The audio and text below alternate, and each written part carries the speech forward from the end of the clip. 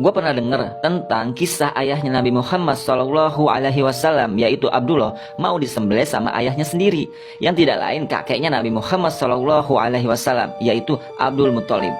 Sebenarnya apa yang terjadi ketika itu? Kenapa Abdullah muda waktu itu mau disembelih sama ayahnya sendiri, yaitu Abdul Muthalib, sekaligus kakeknya Rasulullah SAW?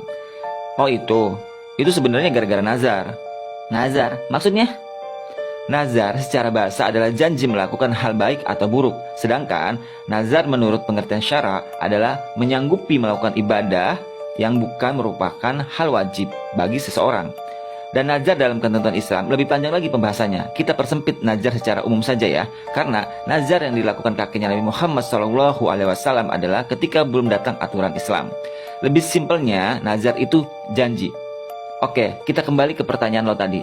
Kenapa kakek Nabi Muhammad SAW kala itu mau menyembelih Abdullah yang tidak lain anak kesayangannya sendiri, dan kelak Abdullah ini menjadi ayahnya Nabi Muhammad SAW?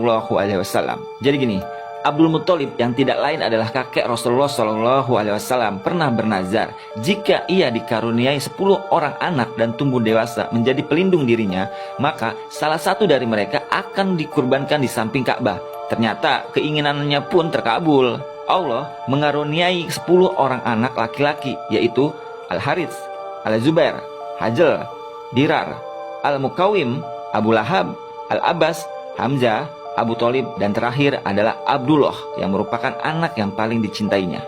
Pada suatu hari, Abdul Muthalib memanggil semua anaknya untuk menyampaikan nazarnya. Setelah berkumpul, mereka bertanya, lantas apa yang mesti kami lakukan sekarang? Sang ayah menjawab, masing-masing dari kalian mengambil botol, lalu tulis nama kalian di dalamnya. Setelah selesai, berikan botol itu kepadaku. Mereka pun menjalankannya. Botol yang telah terisi nama masing-masing pun diserahkan kepada sang ayah, Abdul Muthalib.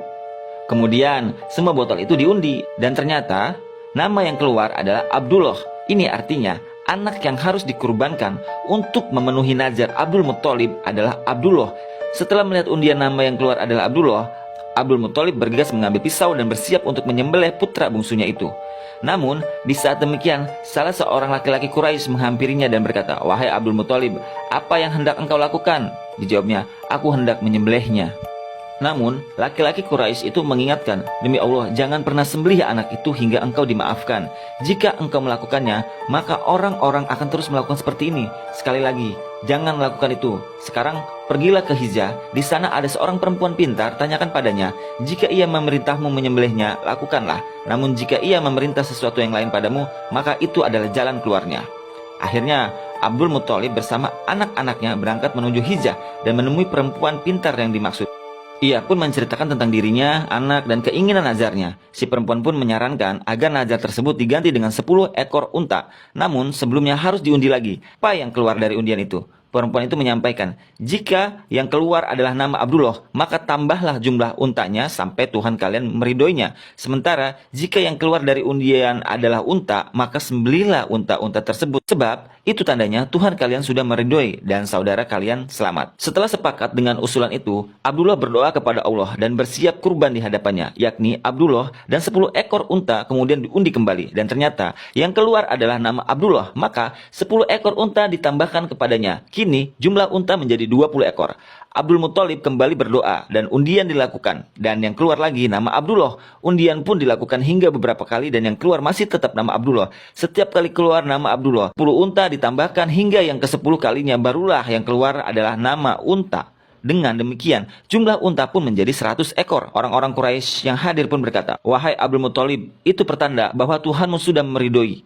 Namun Abdul Muthalib masih belum yakin. Ia berkata, "Tidak, aku akan mengulangi undian itu sampai 3 kali. Dan nama yang keluar adalah nama unta."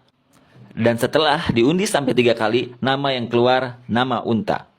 Akhirnya 100 unta itu disembelih oleh Abdul Muthalib sebagai pengganti nazar kurban anaknya yang bernama Abdullah. Sebagaimana yang dikisahkan oleh Ibnu Hisham dalam sirahnya, pantas Rasulullah SAW pernah menyampaikan, "Aku adalah putra dari 2 orang yang akan dikurbankan." Maksudnya adalah Nabi Ismail AS dan Syed Abdullah. Ismail, maksudnya Nabi Ismail? Iya, Nabi Ismail. Singkatnya gini, Nabi Ibrahim dan kakeknya Rasulullah SAW sebelum punya anak bernazar akan mengkurbankan anaknya. Akhirnya setelah mereka punya anak, Allah menagih janjinya. Ujung-ujungnya Allah maafkan kesalahan nazar mereka dengan menggantikan kambing dan untuk nazar Abdul Muthalib dengan unta. Tapi intinya dari kisah ini kita belajar bahwa tidak boleh sembarangan bernazar. Makanya ketika datang aturan Islam, nazar yang seperti ini tidak diperbolehkan. Oh gitu. Gue baru tahu kalau Nabi Ismail itu salah satu korban nazar ayahnya, Nabi Ibrahim. Itu kisahnya gimana, Rok? Panjang ceritanya, udah jam 1 nih. Besok gue kerja pagi. Besok malam aja, gue ceritain kisah nazarnya Nabi Ibrahim. Oke? Oke deh.